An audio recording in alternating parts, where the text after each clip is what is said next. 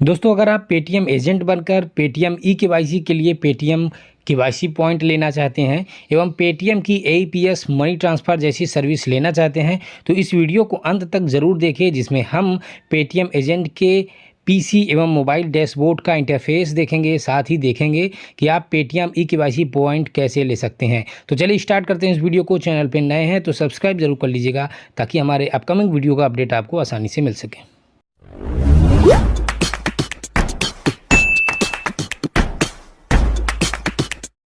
तो सबसे पहले हम देखेंगे कि पेटीएम एजेंट का जो पीसी का डैशबोर्ड है कुछ इस तरह से दिखाई देता है। आपको राइट साइड पे पेटीएम के जो टॉप अचीवर हैं और इसके कमीशन या जो भी नई स्कीम चल रही होती है तो उसका यहाँ पर फ्लैश होता हुआ वो दिखाई देता है। यहाँ पर आप लॉगिन कर सकते हैं सिंपली अपने मोबाइल और ओटीपी से।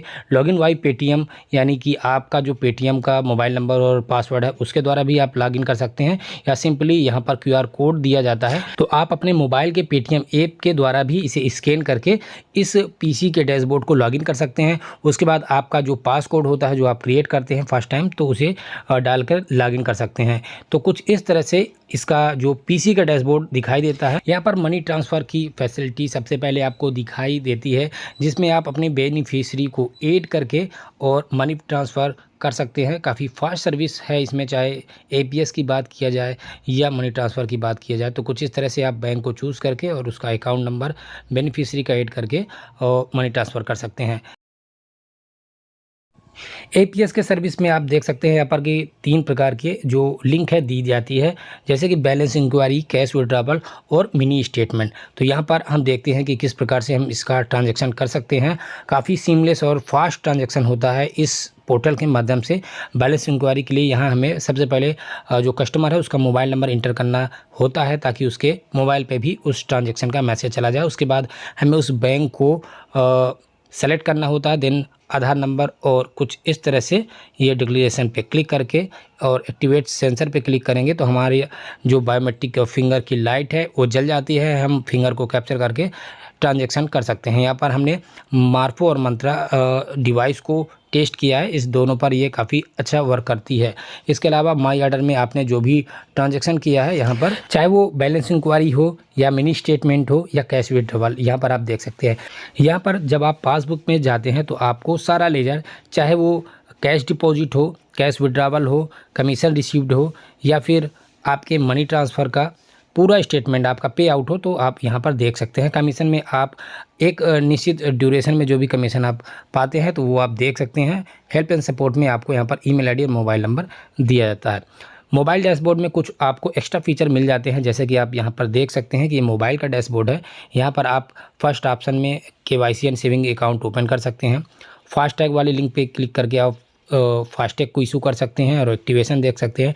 डिपॉजिट में आप जो पेटीएम के कस्टमर हैं उनका पैसा डिपॉजिट कर सकते हैं। इनमें सिर्फ उनके कस्टमर के मोबाइल नंबर और ओटीपी की आवश्यकता होती है। इसके अलावा यहाँ पर कैश विड्रॉवल की फैसिलिटी दी जाती है। जो पेटीएम के जो कस्टमर है जिनका आप बायोमेट्रिक के द्वारा विड्रॉवल कर सकते हैं। बैंक स्टेटमेंट में आप अपने जो भी ट्रांजैक्शन है वो स्टेटमेंट देख सकते हैं। एपीएस की सर्विस है जो कि आपने देखा था पीसी पे, वही फैसिलिटी यहाँ पर मिलती है। आप पीसी को सबसे पहले आपको 2 फैक्टर ऑथेंटिकेशन के माध्यम से लॉगिन करना होता है, उसके बाद आप एपीएस की सर्विस यूज कर सकेंगे।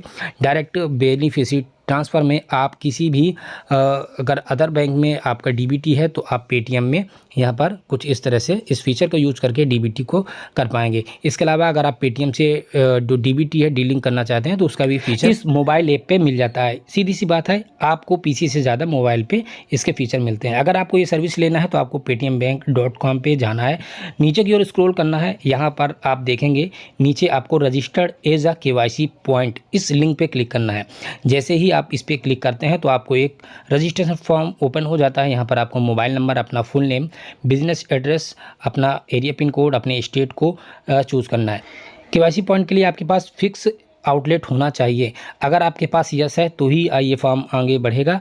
अगर आप फिक्स लेआउट पे नो पे क्लिक करते हैं तो ये फॉर्म ओपन हो जाता है और आपको मैसेज मिलता है कि आप इसके लिए एलिजिबल नहीं है। ठीक इसी प्रकार अगर आप देखते हैं कि आपके पास कोई भी बैंक का बीसी पॉइंट है तो भी आप इसके लिए एलिजिबल नहीं है। अगेन हम इस फॉर्म को ओपन करेंगे। अगर फिल करते हैं, अगर are you existing customer service point for any other bank पे आप यस करते हैं तो भी ये फॉर्म बाहर हो जाता है। यानी कि इस फॉर्म भरने के लिए आपके फिक्स लोकेशन पे यस करना है, बीसी पे नो करना है। उसके बाद आप कॉन्टैक्ट एस पे जाके इसकी संबंधित क्वेरी कर सकते हैं और इसके जो फील्ड अफसर होते हैं उससे कांटेक्ट करके इस प्रोसेस को कंप्लीट करा सकते हैं। लेकिन उससे पहले आपके जो पेटीएम का बैंक अकाउंट है उस पर केवाईसी होना चाहिए। तो इसके लिए आपको यहीं देखेंगे कि कॉन्टैक्ट एस के नीचे एक्टिव केवाईसी पॉइंट है, यहाँ पर आपको अपने एरिया पिन कोड को डालना है और यहाँ से आपको जो केवाईसी नियरेस्ट केवाईसी पॉइंट है तो उस पर जाके अपने आधार और पैन के द्वारा अपने केवाईसी को कंप्लीट कराना है।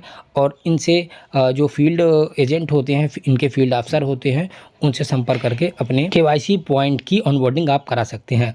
तो अगर आपको ये बीसी पॉइंट मिल भी जाता है तो आपको इसके जो भी रूल्स हैं वो फॉलो करने होते हैं, ओवर चार्जिंग नहीं करना होता है। केवाईसी की जो प्रोसीजर है वो ठीक तरह से फॉलो करनी होती है। इसके जो बीच बीच में टेस्ट होते हैं वो कंप्लीट करने होते हैं, क्योंकि आपका बीसी टर्मिनेट भी हो सकता है। आप देख सकते हैं यहाँ पर टर्मिनेटेड बिजनेस जो कॉरेस्पॉन्डेंस है उसकी भी लिस्ट आप यहाँ से देख सकते हैं। आपको स्टेट और अपने डिस्ट्रिक्ट को चूज़ करना है, तो जो भी टर्मिनेटेड बीसी हैं उसकी लिस्ट आप यहाँ से देख पाएंगे।